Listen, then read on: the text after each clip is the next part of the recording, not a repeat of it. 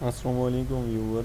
ये lecture number 9 में हम लोग रो एलिमेंट्री रो ऑपरेशन और रो इक्विवेलेंट सिस्टम की बात करेंगे। आप सबसे पहले ज़हन नशीन कर लें कि अगर देखें हमारे पास अगर सिस्टम ऑफ इक्वेशन दी हुई है और सिस्टम ऑफ इक्वेशन का हमें रिज़ल्ट चाहिए, तो देन हमारे पास ये है कि हम रो दो रोज़ जो होती हैं आप उनके साथ कोई मल्टीप्लिकेशन करते हैं। सपोज़ कि एक यहाँ पे मैं आपको एक मैट्रिक्स दिखाता हूँ।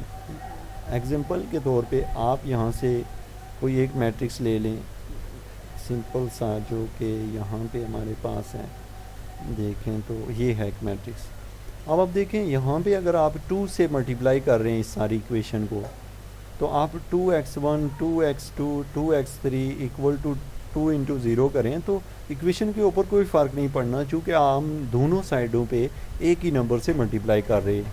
तो इससे ये समझ आती है कि जब हम लोग, चूँकि हमने जब गॉस एलिमिनेशन मेथड का यूज़ कर रहे होते हैं तो आर्गुमेंटेड मैट्रिक्स का यूज़ कर रहे होते हैं, मीन हम लेफ़्ट और राइट साइड दोनों ले रहे होते हैं। तो इस केस में हम किसी एक नंबर से पूरे के पूरे उस यानी कि किसी का रो को हम किसी एक नंबर से मल्टीप्लाई कर सकते हैं, डिवाइड कर सकते हैं और ऐड या सब्ट्रैक्ट कर सकते हैं। क्योंकि अगर हम उसमें कोई चीज़ ऐड कर रहे होते हैं तो भी मैट्रिक्स की लेफ़्ट और राइट साइड दोनों इन्वॉल्व हो रही होती हैं, इसलिए इससे कोई फ़र्क नहीं पड़ता। तो अब आप अगर इस पे आएँ तो अभी पहले है इंटरचेंज ऑफ टू रो, दो रोज़ को हम ऊपर नीचे करते हैं ना, तो देखें एक्स वहाँ पे जो एलिमेंट होते हैं जैसे x1 x2 है x3 है, इनकी पोजीशनें बरकरार रहती हैं, ये इनमें कोई चेंजिंग नहीं आती। तो इसलिए हमारे पास जो मैट्रिक्स होता है उसमें रो को चेंज करने से कोई फ़र्क नहीं पड़ता। दूसरे नंबर पे है एडिशन ऑफ द कॉन्टेक्ट, जो कि मैं आपको बता चुका हूँ कि आप जो उनको ऐड करते हैं या मल्टीप्लाई करते हैं किसी नंबर से तो फिर भी फ़र्क नहीं पड़ता। तो ये रो ऑपरेशन के कुछ रूल हैं कि यानी आप उसके साथ कोई एक तरह का एलिमेंट मल्टीप्लाई करो या फिर आपस में रोज़ को ऐड करो। तो सिंपल आप इक्वेशनों के ऊपर अगर ज़हन पे रखें तो ये प्रोसेस हम इक्वेशनों के ऊपर अगर कर सकते हैं, क्योंकि उसमें लेफ़्ट और राइट साइड इन्वॉल्व होती है। तो आर्गुमेंटेड मैट्रिक्स के अंदर भी हम उन्हीं तमाम चीज़ों का यूज़ कर सकते हैं जो कि इक्वेशंस के ऊपर होता है।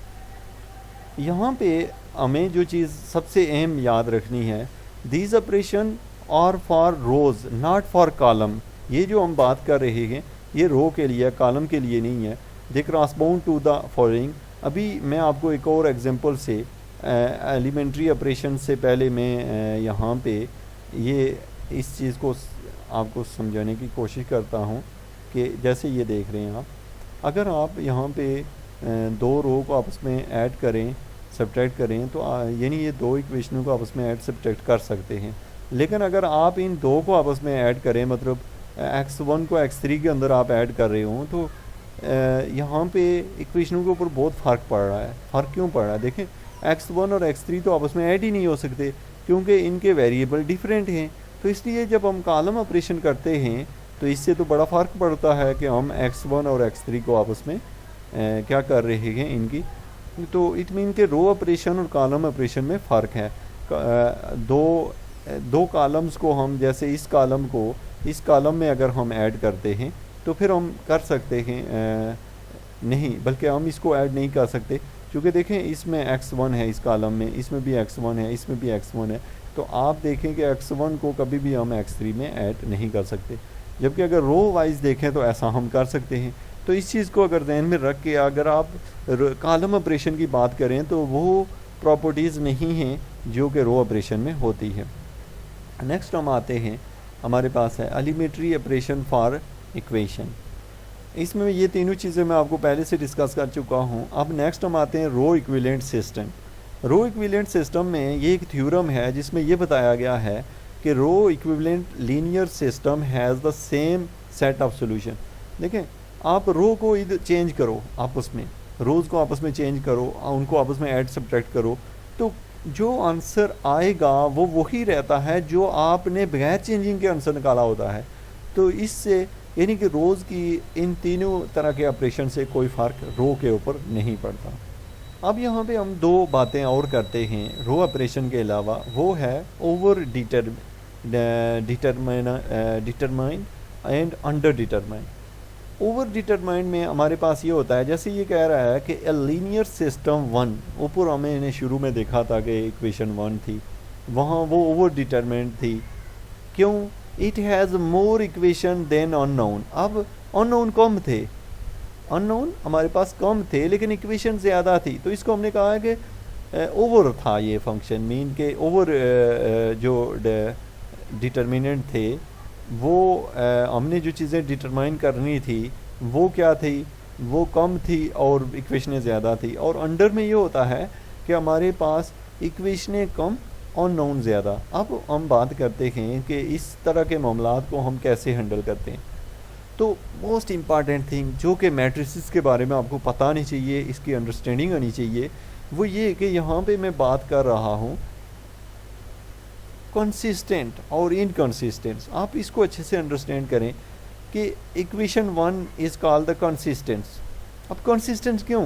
इक्वेशन वन की जब मैं नाम ले रहा हूँ तो आप लोग माइंड में ये बात रखें कि इक्वेशन वन के अंदर इक्वेशनें ज़्यादा हैं, अननोन कम हैं और सॉल्यूशन आराम से निकल आता है, तो इसको हमने कह दिया कंसिस्टेंस।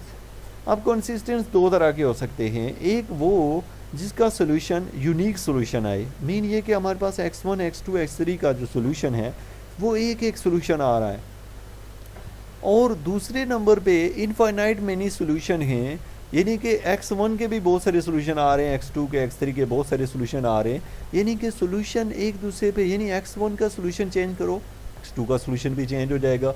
तो अब जब हम कंसिस्टेंस की बात करते हैं तो उसमें दो तरह का रिजल्ट आते हैं, एक इनफाइनाइट मेनी सॉल्यूशन हो सकते हैं और एक यूनिक सॉल्यूशन हो सकता है। और जो दूसरा होता है इनकंसिस्टेंस, इसमें ये होता है कि हमारे पास सॉल्यूशन नहीं आ पाता। इसको हम नीचे एग्जांपल में इसको हम देखेंगे नेक्स्ट लेक्चर में। तो thank you very much for watching education for all.